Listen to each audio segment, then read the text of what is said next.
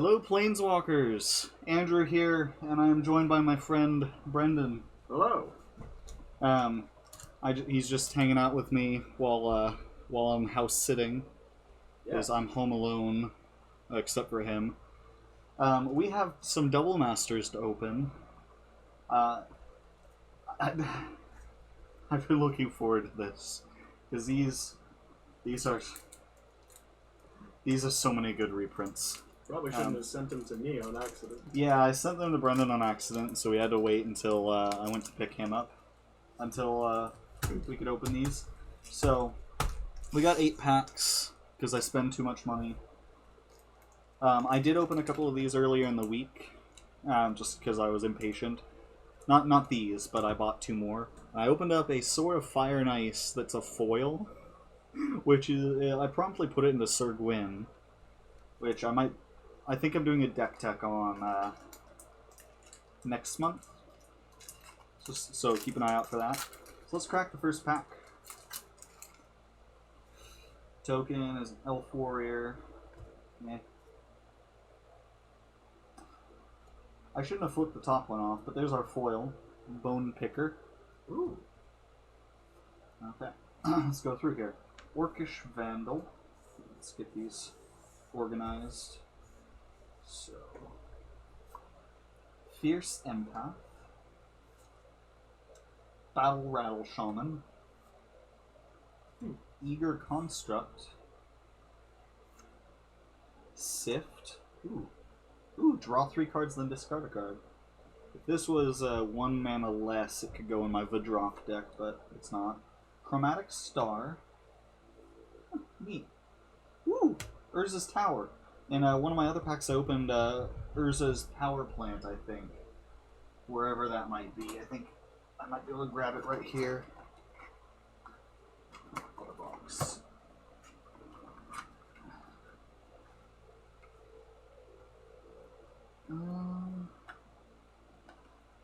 I don't actually know where it is. But yeah, Brenden, so you know what these do. When you have Urza's Mine, Power Plant, and Tower on the field at once, they tap for a bunch of mana. So normally it's just 1 each, but if you have all 3 out, Tower taps for 3, and the other 2 both tap for 2. So you have 3 land that tap for 7. Damn. So it's a part of, I think it's part of some modern decks, or at least some older modern decks, which is the format, the really fast format. Yeah. It's like you win turn 1 or 2. So very competitive. Yeah. Not what I'm into. Far too fast for me. Yeah, there's Ancestral Blade. Yeah. Sandstone Oracle. Enters the battlefield, choose an opponent. If that player has more cards in hand than you, draw cards equal to the difference. Huh. Interesting. Let's see. Death Reap Ritual. It is morbid. At the beginning of each end step, if a creature died this turn, I may draw a card. That might be going in the Mario Bros. Deck. I did deck tech on a little while ago. Trash for Treasure. It's an additional cost. Sacrifice an artifact. Turn target artifact from your grave. Okay, so you swap out an artifact for another one. Ooh! I just looked at my rares. So first off, here's our other foil, Relic Runner. Our first rare is Ether Sworn Canonist. Each player has cast a non-artifact spell this turn can't cast additional non-artifact spells. So I think that just means if it's on the field, if an opponent casts a non-artifact, they can only cast the one. That doesn't say this turn though. Does that just lock them out of non-artifacts for the rest of the game? I don't know. I'm gonna have to look that up. This next one is one I actually wanted to build a commander deck around because I'm a monster. Skitherix, the Blight Dragon. It has Flying and Infect. You can give it haste for a black, or regenerate it for 2 black. I think regenerate just means if it dies, you can pay 2 to make it not die. Oh. So I'm gonna make a separate pile for the rares, actually. That sounds like something I hate to play against. Yeah, do you know what Infect does? No, not particularly.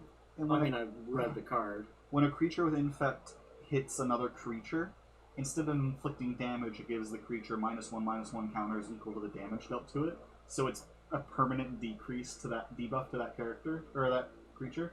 Oh. And if it hits a player, deals instead of dealing damage, it deals infect counters.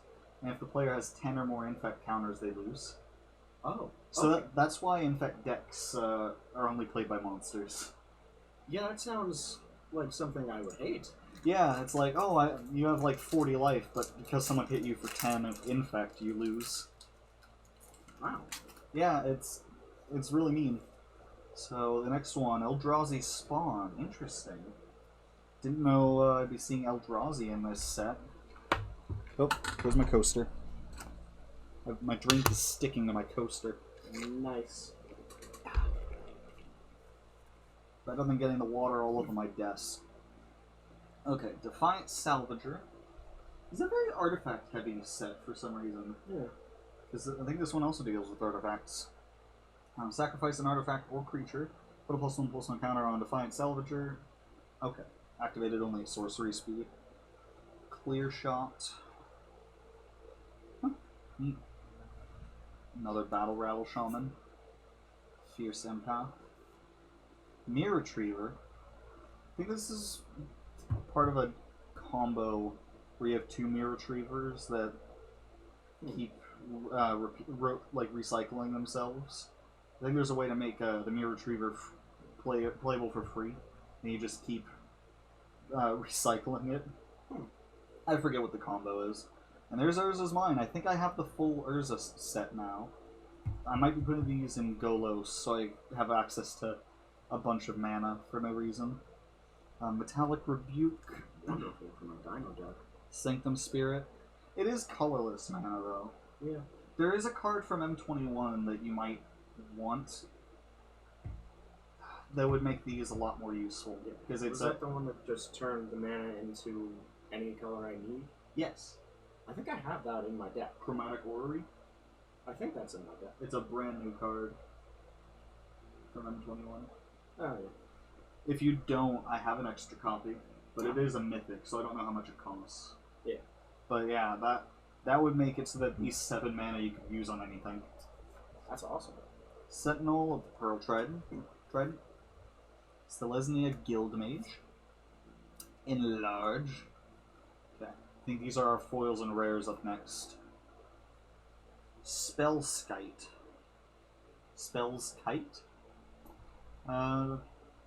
Phyrexian Blue, change target of target spell or ability to Spellskite. Fascinating. Spellskite. I'll have to ask Tyler, because on the channel we go by Brenden's middle name. Yeah. So it's Tyler. So that's what I'm talking about. I'm not talking Yeah, about our I know. Tyler. Yeah. I know. So I'm going to have to ask Tyler about that, because he generally has more of an insight on what cards are good. I'm going to call it Spellskite. Of course you will. Grim Lavamancer. Exile 2 cards from your graveyard. Deals 2 damage to any target. It's okay. Ariok Salvagers. Foil. Turn target artifact with a converted mana cost 1 or less from your grave to your hand. And Ash Barrens. It's just a colorless with land cycling. If I had a cycling deck, that would be pretty good in it. That works.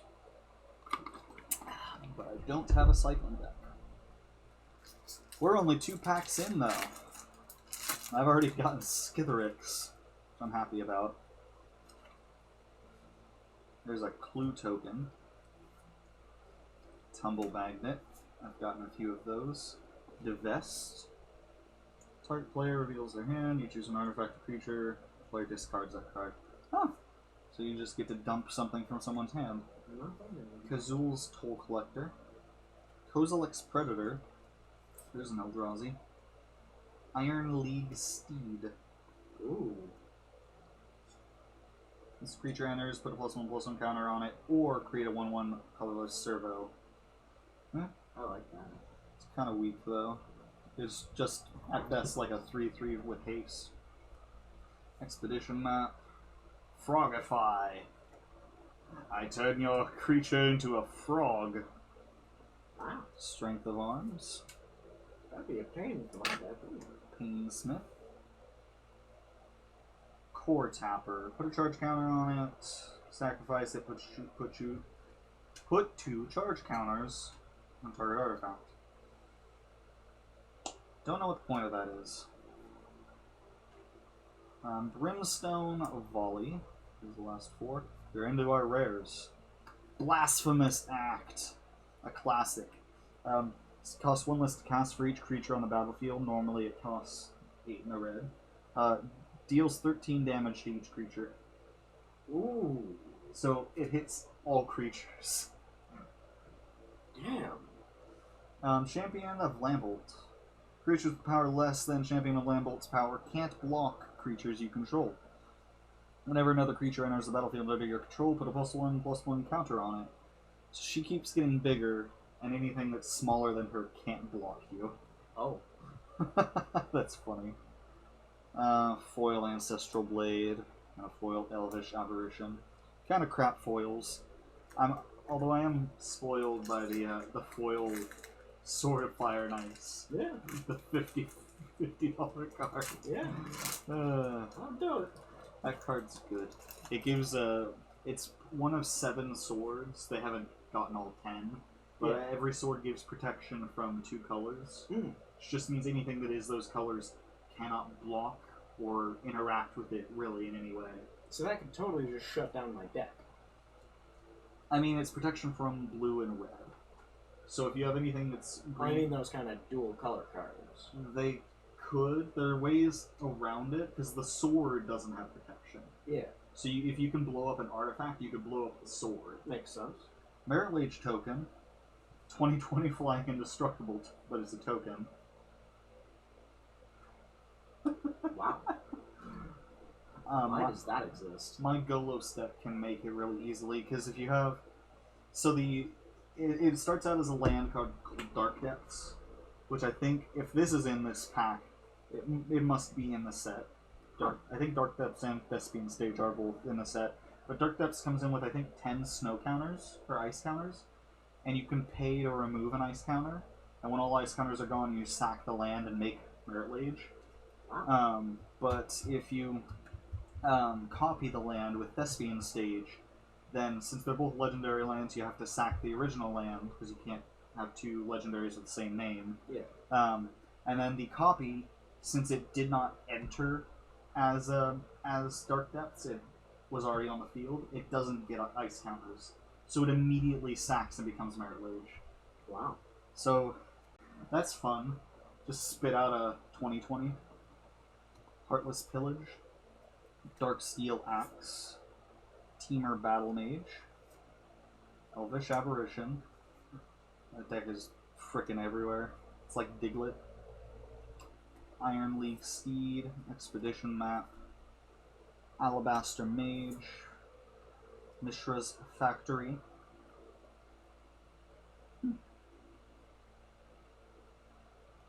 Interesting. Clone Shell, what does that do? Imprint. When it enters the battlefield, look at the top 4 cards of your library, exile 1 face down, and put the rest on the bottom in any order. When it dies, turn the exiled card face up. If it's a creature card, put it on the battlefield. Okay. That's Valorous Stance. And we're into our rares. Another Aethersworn Canonist. Lux Cannon. That's one with charge counters. That's one that the mirror can help. That looks awesome. Remove 3 charge counters. Destroy target permanent. Oh. Okay. So if you have the mirror, let's look at the mirror again. Core Tapper. You can tap it to put a charge counter on an artifact.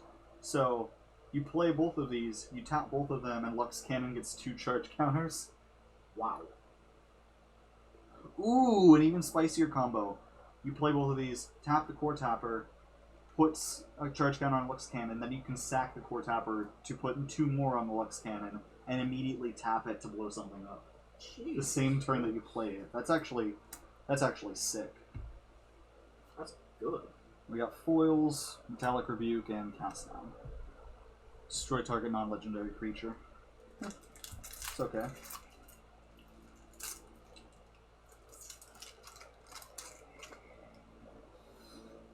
We got a squirrel token.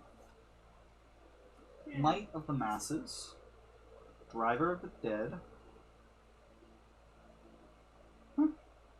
Orchestra. This might actually have a home in my Athreos deck. Because if it dies, it can return one of the clerics to my to the field. The clerics are, if you sack 6 of them, you can just grab a demon from your deck and put it on the field. Okay. And Athreos says whenever a creature you control dies, you target a player, they can either pay 3 life, or you can put that creature back into your hand. So, you just sack 6 to the demon, or sack 6, make a demon, and then say, hey, do you want to take 18 damage, or give me back my clerics? God. Gleaming Barrier, Flare Husk, Brainstorm. Brainstorm's good. I might put that into the drop. Thraben Inspector, Thopter Foundry, Ravenous Intruder, Kuldotha Flame Fiend. When it enters, you may sacrifice an artifact. If you do, deals 4 damage divided as you choose among any number of permanents. Exploration. Oh. I take it that's good. You may play an additional land on each of your turns. That is it good. costs 1 greed. God. Do you mind pouring this into their bowl, please? Or like half of it? Like I have to drink 2. Ooh, and we got Karn. Karn liberated. Target player exiles a card from their hand. Exile target permanent. What? His ultimate. Restart the game. What? Leaving in exile all non-aura permanent cards exiled with Karn liberated. Then put those cards onto the battlefield under your control. Oh, I don't like that. So if you just keep +4ing him to exile things. You only need to +4 him twice. Yeah. And if you keep exiling things, you just get those things when you restart the game. Oh my god. That's nutty. I like that. Corridor Monitor. Twisted Abomination. Okay. I'm pretty happy with these pulls so far, but we still have 3 packs left. Yeah. Shapeshifter.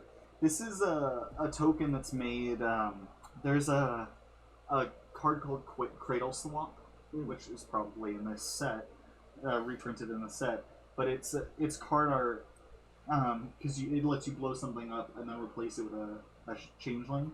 The card art shows a baby changeling in a cradle where a human finds it, so it's implying that the changeling stole the baby and replaced it with theirs. Oh. And the token is the people having raised the changeling as their own. Huh. Which is cute. But why? I don't know. Why steal a baby when you could have a sick-ass transforming baby? I don't know. Isn't it a changeling thing? We have like a human baby's just a baby. They can't do a damn thing. Okay, so Golem Skin Gauntlets is going into Volduc immediately. Equipped creature gets +1/+0 for each equipment attached to it. Volduc loves having equipment attached to it. Oh, is that the deck I hate? You hate most of my decks. That's a fair point. But I still maintain that that's only because we play 1v1s. If it was a 4-player game of EDH, you would have an easier time. Yeah. Ooh, Ichor Wellspring. When it enters the battlefield, it was put in the graveyard, draw a card.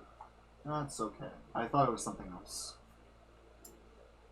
Pyrite Spellbomb is technically red. Remember the Fallen. Welding Jar. Sacrifice it, regenerate target artifact. We have Treasure Mage. When it enters, you may search your library for an artifact card with CMC 6 or less, or 6 or greater. Reveal it, put it into your hand. Huh. Fascinating. Yavimaya's Embrace. Enchant creature. You control enchanted creature. Oh. Enchanted creature gets +2/+2 and has trample. Ooh. Let me just. That's mine. That's mine now. Ooh! Darksteel Forge. Artifacts you control have indestructible. Yeah, I'm never playing that one deck. You know the one. I'm not doing that. And another Basilisk Collar. I pulled a foil one of these. Yeah. So like, just to be clear, that other card is definitely going in that deck, isn't it? Yeah. That's what I thought. You can't blow up my artifacts. Steel Sabotage and Cylinder Scavenger. Remember that one time I played against that deck? I sacrificed everything on the board. Every creature on the board. And you just put your commander back out and stuck everything back onto him in one turn. It's because of Fires of Invention. I know why it happened. I don't like it. We have Deathhood Hydra, which can just give himself keywords. Deathhood Cobra. Thank you, Cobra. You can give it Reach or Death Touch, or both. Oh. By paying into it. A Braid either deals 3 damage to target creature or destroys an artifact. Dire Fleet Hoarder, it's a pirate. When it dies, make a treasure. Metal Spinners, Puzzle Knot. Peace Strider. When it enters the battlefield, you gain 3 life. The Dolkin Infuser. Beginning of your upkeep, you may put a charge counter on target artifact. That's another one that works with that that one card that just zots things. Oh. Eager Construct. Ancestral Blade. Fencing Ace. Fencing Ace, when it was in... Is it still in Standard? I think it's rotated out, but it was a beast in Standard. So it has double strike, and it costs just 2 mana. Yeah. So if you make it bigger at all, it just kills anything that's twice as big as it. Wow. Because it has double strike. It's so good. Cogwork Assembler. You can pay 7 into it to copy an artifact.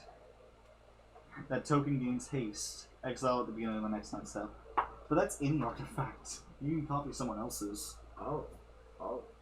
Dread Return. I think I already got one of those. We're into our rares for this pack. Boon Reflection. If you would gain life, you gain twice that much life instead. Alright. And Leonin Abunas. Artifacts you control with hexproof. I swear, like, every 4th card you pull makes me just feel like my deck is more and more obsolete. This cannot go in Volvic, because it's white. Oh, thank God. Crib Swap. There it is, Crib Swap. Oh, yeah. Baby Changeling. That they raised as their own. And Kozilek's Predator. I think I might have already gotten one of those. Yeah, you did. But that one's shiny. Yeah. I like shiny. Which means it's worth, like, a penny more than the basic one. Yeah. Unless it's secretly a good card and I'm just blind to that. Yeah, I have no idea. There's Elephant. I actually need one of those. Okay, I'm just going to pull the rares and foils off the top so I like to save them to the end. Kazul's Toll Collector. Sanctum Gargoyle. You know, return target artifact from your grave to your hand. Yeah. Whisper of the Wilds. Add green. Or tap to add green if you control a creature with power 4 or greater. Here you go. Oh, yeah, that works great for my deck, actually. Yeah. Cloud Reader Sphinx. Ghostly Plunder. Vicar Wellspring. Parasitic Strix. When it enters the battlefield, if control a black permanent, target player loses 2 life and you gain 2 life. That might have a home in Yarok. Fortify. Either give your things +2/+0 or +0/+2 for the turn. Another Painsmith. Another Fencing Ace. Another Oublier. That's such a weird word. Okay, rares. Another Dark Steel Forge. Oh, God. What the hell? Another Leonin Abunas. Are you serious? Oh, that is so I lucky. have copies of these now. Okay. That's cool. And then we got a foil Angel of Dawn and an accomplished automaton. Yeah, so good. Let's review our rares and mythics. So we have 2 Abunas, a Boon Reflection, a Basilisk Collar, 2 Dark Steel Forge, Karn Liberated, Exploration, Lux Cannon, Ether Swarm Canonist. I think we had 2 of those as well. I believe so. We did. Champion of Lambolt, Blasphemous Act, Grim Lavamancer, Spellskite, and Skitherix. I'm pretty happy about these. Yeah, I'd say that turned out pretty good. Yeah, I think a couple of those are really good trade fodder. So, yeah.